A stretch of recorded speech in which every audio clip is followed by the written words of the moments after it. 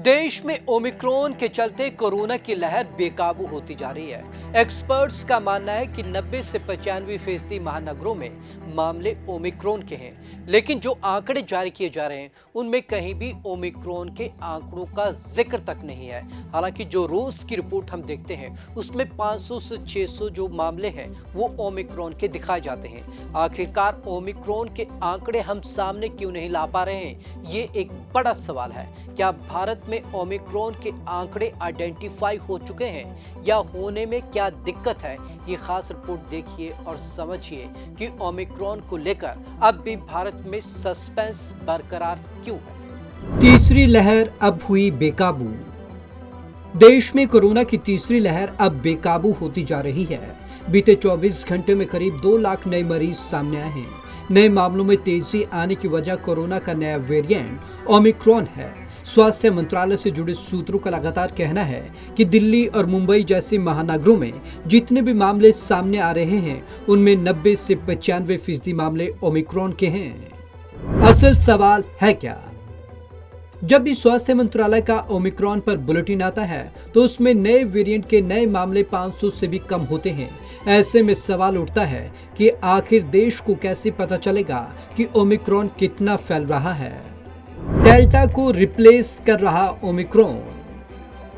स्वास्थ्य मंत्रालय से जुड़े सूत्रों का कहना है कि देश के महानगरों में तेजी से बढ़ते कोरोना के मामलों के पीछे ओमिक्रॉन है। एक्सपर्ट्स मानते हैं कि दिल्ली, मुंबई जैसे महानगरों में कोरोना के नए मामलों में 90 से 95% ओमिक्रॉन के केस हैं। ओमिक्रॉन अब तेजी से डेल्टा को रिप्लेस कर रहा है। ऐसी आशंका है कि ओमिक्रॉन की वजह से देश में नए मामले तेजी से बढ़ते रहेंगे।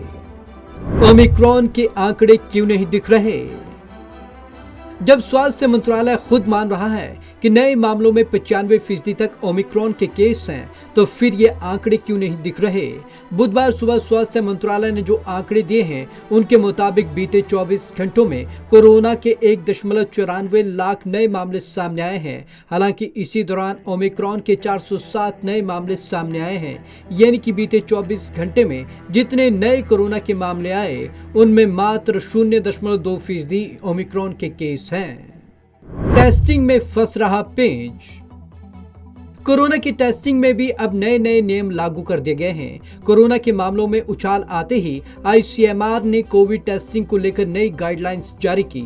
इसके मुताबिक अब हर किसी को कोरोना की जांच कराने की जरूरत नहीं है। संक्रमित के संपर्क में भी आए सिर्फ उन लोगों को ही टेस्ट करवाने की जरूरत है जो बुजुर्ग हैं या फिर किसी गंभीर बीमारी से जूझ रहे हैं। हमारा रैपिड एंटीजन टेस्ट पर ही फोकस। इसके अलावा ज्यादातर राज्य अब आरटीपीसीआर के बजाय रैपिड एंटीजन टेस्ट पर ही फोकस कर रहे हैं। दिल्ली का ही उदाहरण ले लीजिए। बीते 24 घंटे में राजधानी में करीब 83,000 टेस्ट हुए। इनमें से 26% से ज्यादा एंटीजन टेस्ट हैं, यानी हर 4 में से 1 का एंटीजन टेस्ट हो रहा है।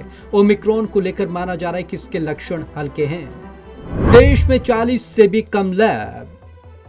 इन सब के अलावा ओमिक्रॉन की पुष्टि जीनोम सीक्वेंसिंग से हो पा रही है, लेकिन देश में इस वक्त 40 से भी कम लैब है जहां जीनोम टेस्टिंग होती है। ऐसे में राज्य सरकारें जब पॉजिटिव मरीजों के सैंपल जीनोम सीक्वेंसिंग के लिए भेज रही हैं, तो उनकी रिपोर्ट आने में हफ्ते या 10 दिन से भी ज्यादा का वक्त लग रहा है। इतने दिन में तो मरीज भी ठीक हो जाता है।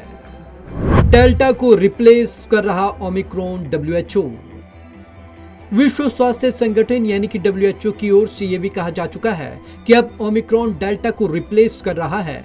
WHO की महामारी वैज्ञानिक मारिया वान केरखोव ने मंगलवार को कहा कि अब दुनिया भर के देशों में ओमिक्रॉन डेल्टा की जगह ले रहा है। WHO ने बताया कि 3 से 9 जनवरी के बीच दुनिया भर में कोरोना के 1.5 करोड़ नए मामले सामने आए हैं। रिपोर्ट आने में ही लग रहे 40 से 45 दिन।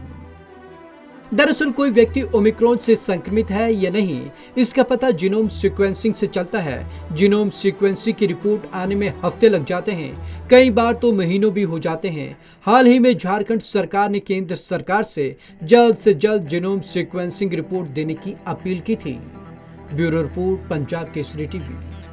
सरकार भी ये बात मान चुकी है कि ओमिक्रॉन के मामलों को दर्शाने में उससे दिक्कतें पेश आ रही हैं क्योंकि जीनोम सीक्वेंसिंग में देरी हो रही है। आपको बता दें पूरे देश में 40 से भी कम लैब्स हैं जो जीनोम सीक्वेंसिंग करती हैं। इसके चलते भारत में सही तरीके से पता नहीं चल पा रहा है कि ओमिक्रॉन के आंकड़े असल में है क्या। एक महज एक्सपर्ट्स के आधार पर यह तय किया जा रहा है कि भारत में ओमिक्रॉन का ग्राफ लगातार बढ़ता जा रहा है, लेकिन अब तक सही आंकड़े सामने नहीं आ पा रहे हैं। तो आज की इस खास रिपोर्ट में बस इतना ही। विवेक शर्मा को दीजिए इजाजत। नमस्कार।